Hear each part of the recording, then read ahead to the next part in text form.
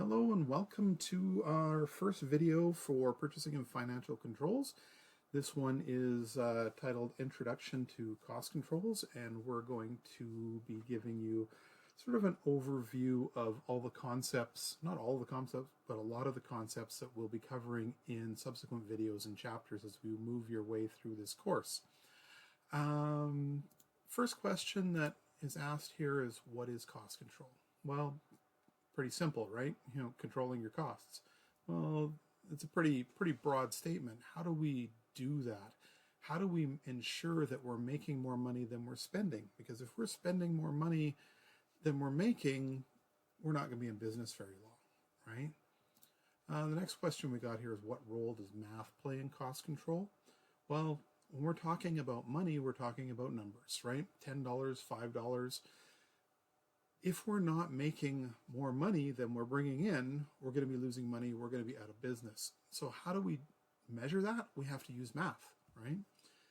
If we bought a hamburger for $10 and it costs us $12 to make that hamburger, we're losing $2 every hamburger we make. Really simple. We just did math there, right? We did 10 minus 12 gives us a negative 2.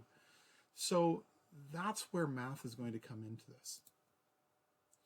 Why must we learn math as part of cost controls? Because it's really the only way to measure our successes or our failures when we're talking about the success of our business. The success of our business is about dollars and cents. It's about money.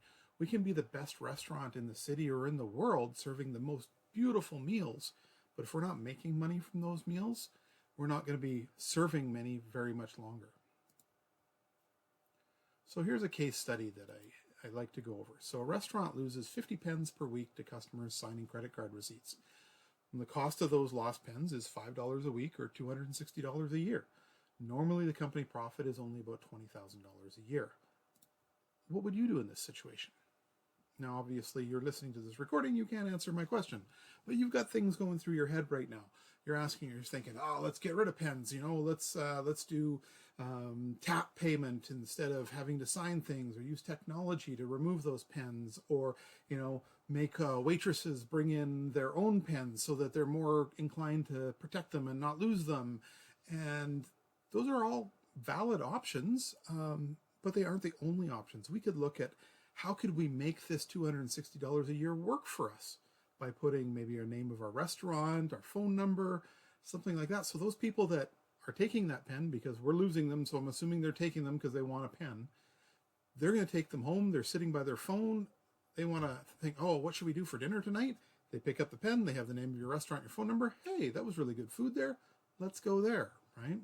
So not only is this a cost, but can we turn that into a positive cost, how it's working for our restaurant, versus just saying cost is negative? Not all costs are negative. We have to buy food in order to create dishes. So we have to have food cost. It's just a matter of, what are we using that cost effectively? And are we making the most out of, in this case, those $5 per week? So like I said, there's lots of many answers that could be done for this question. So we have some terminology that we have to go over first, right? So managers control revenue and expenses to generate profit. Well, what is revenue? Revenue is money collected from sales. So everything we sell in our restaurant or our hotel is revenue. That's before we've paid for anything. That's just the gross amount of money that we're taking in. If somebody bought a hamburger from you for $10, we have $10 worth of revenue.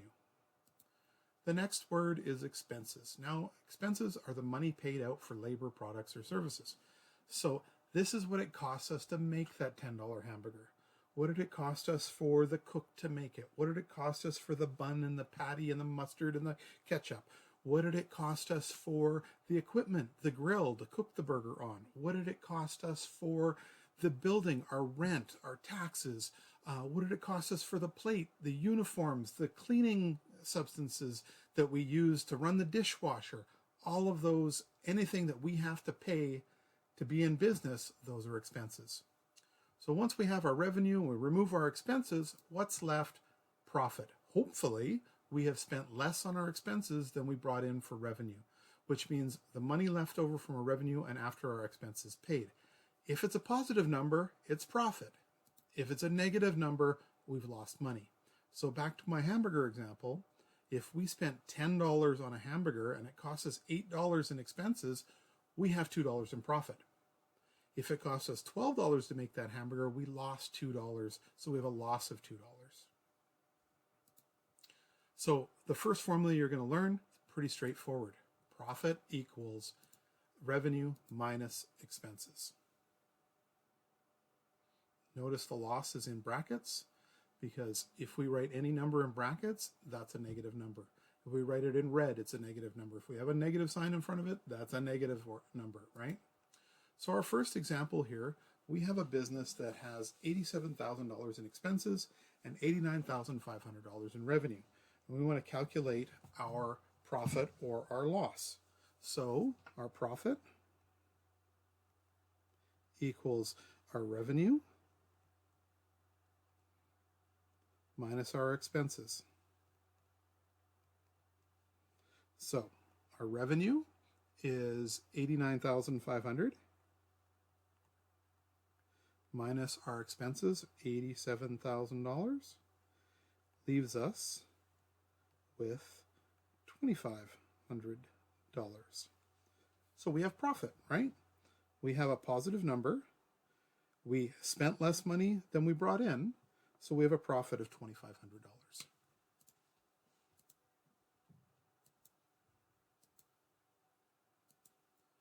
So another example, we have some different revenue and different expenses.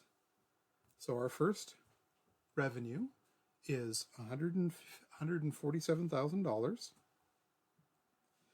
minus our expenses of $150,200, leaves us with a negative number this time because we spent more money than we brought in, which leaves us with, and I'll use red, negative $3,200. It can also be written, like I said, $3,200 in brackets. So we lost money in this example. We've got to change something because we're not going to be in business very long if we aren't having positive numbers like the first example.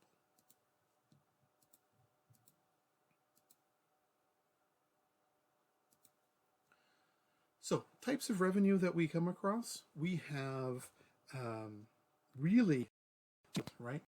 Food sales and beverage sales. That's where most of our revenue comes from in our business. Now there might be other revenues. If you're in a hotel and you're renting rooms, and I mean banquet rooms, not like guest rooms, but if you're renting like meeting space and they didn't buy any food from you, you're going to rent that space to them and you're going to have some revenue associated with that. Your expense for that would probably be like cleaning the room, and that's about it, right? If you have a chain restaurant like a Hard Rock Cafe or something like that, you can be selling t-shirts and hats and mugs and all sorts of tourist type stuff, right? Those are other sources of revenue. But most of your revenue is going to be coming from food sales or beverage sales. Expenses, however, we have a whole boatload of them, and there's just a few examples here on this video. We've got food cost, obviously, beverage cost, labor cost, direct operating costs are costs that are going to change depending on your type of business. If you have a food truck versus a brick and mortar restaurant, you're going to have different direct operating costs. You might have paper plates in your food truck and china dishes in your brick and mortar restaurant, right? Those costs, we will delve into more detail what all these are as we move on in the course. You've got marketing, advertising, promotion, music and entertainment as you have live music or you're just having a subscription service, utilities, repairs and maintenance, equipment purchases, administrative and general costs, so your accounting team to do your payroll and things like that, occupation costs, rent, lease agreements, interest. Do you have any interest on any loans that you have to pay? We will go into more detail on these as we progress through the course. 3 different types of losses that we have. Big one is theft. And again, we'll discuss that more as we go later.